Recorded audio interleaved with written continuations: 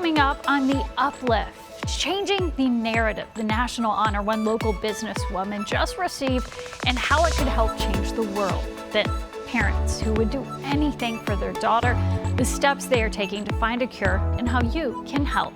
Plus, Connor's comeback, the Minnesota teen getting back on his feet after a scary head injury on the football field. Welcome to the Uplift, friends. In this digital series, we're going to be sharing some of our favorite stories that we hope will put a smile on your face. It's our goal to lift your spirits for at least the next 30 minutes and hopefully for a lot longer. I'm Susan Elizabeth Littlefield. Thank you for being here. A local climate activist is working to create change across the country, and she is getting help from a former U.S. president.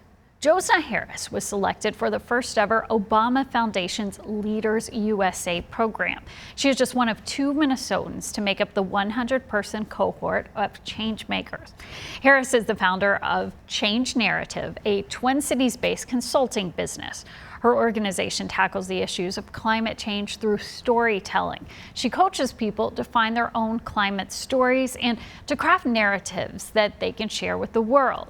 She says that helping people understand their own connection to the climate crisis can be a really powerful tool to creating change. So it's really that pairing of our voices with the science and the data that creates that essential head and heart combination that is essential for sparking and sustaining our action.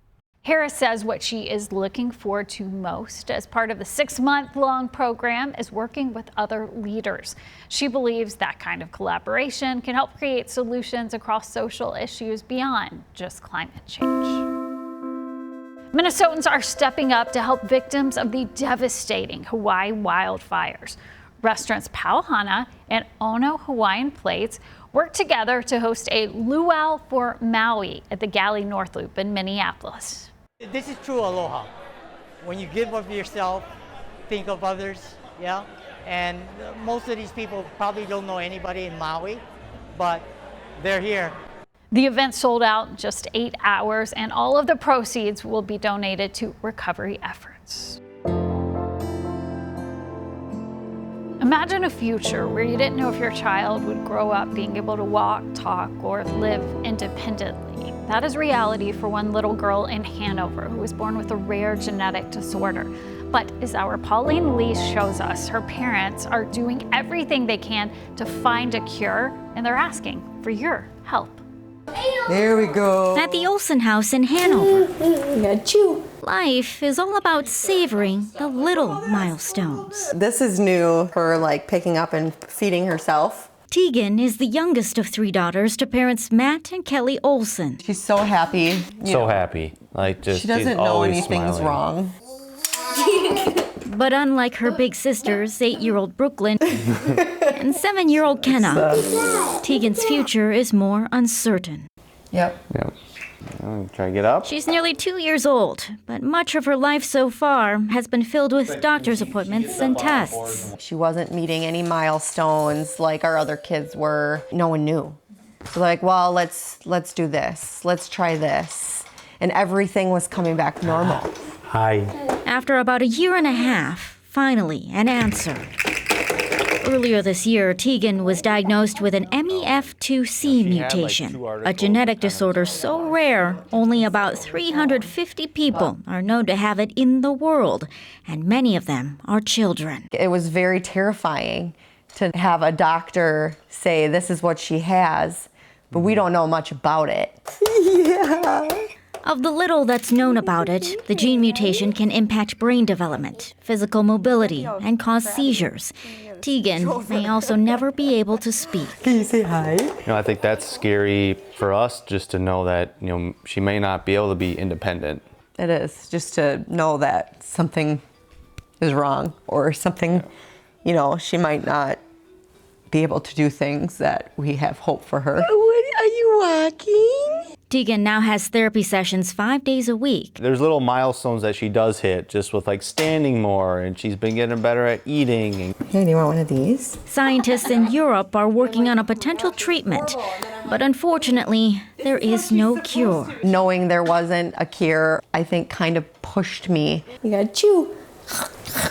The Olsons realize they could either wait for something to change, Trying to have her eat healthy. or they could help make it happen. Right, Teegs? We're kind of jumping all in. Kelly now serves on the parent board for the newly formed American MEF2C Foundation, working to raise awareness. They're also planning a volleyball tournament on August 26th in Elk River, with proceeds going to the foundation for research. It's been humbling for like a wide variety of people in our lives that end up contributing or donating. It means the world to us.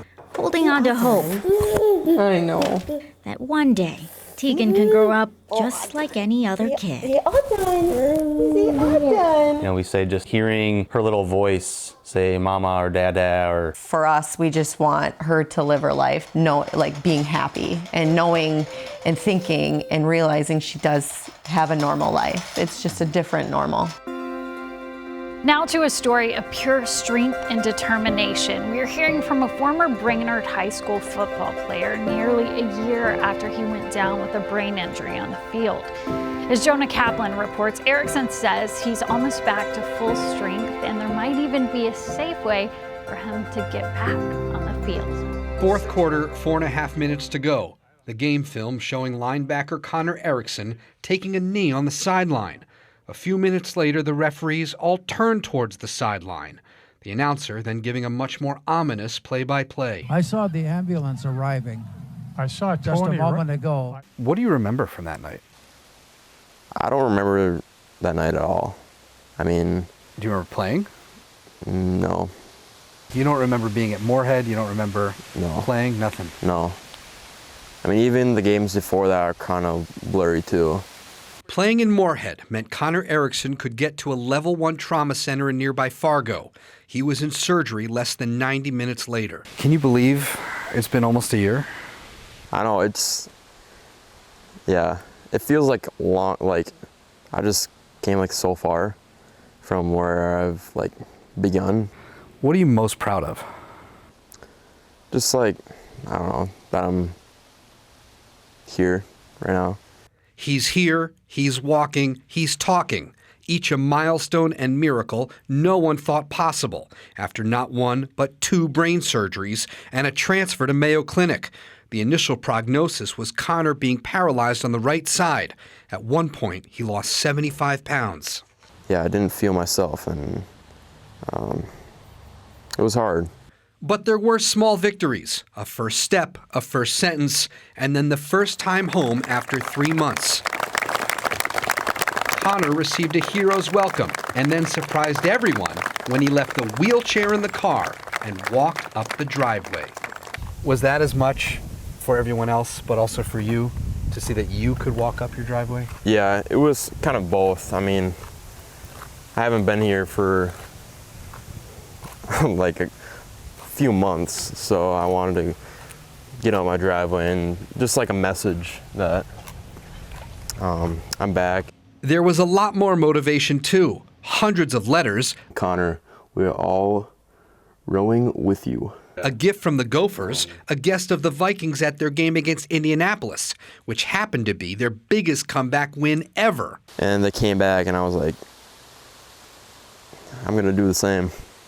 His biggest fans, of course, were his parents. His attitude through it all, like from even when he doesn't remember when he first woke up, I mean, it's a smile. It's not as hard for us as it is for him right now, given what he's going through. And he just, every day, just kept, get up, let's go. And he's smiling and happy. Yeah, and never got discouraged once, never had a bad attitude about anything.